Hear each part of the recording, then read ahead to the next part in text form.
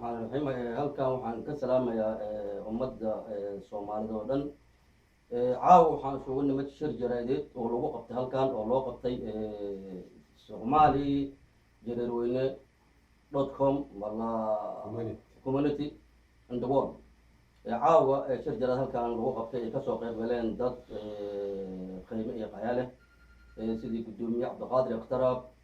xogayaha guud Axmed Ismaaciil Ayuub Baxaar gudoomiye xogeenka labaad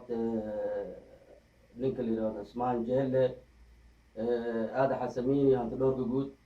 Maxamed Xuseen agaasimaha TV-ga Sheelare marka dhamaantii waa salaamantiin marka shirkan jaraad iyo jaalida jareerweyne waa inay dadkeeda waxay u qabato ummadda Soomaaliyeed waxay u qabato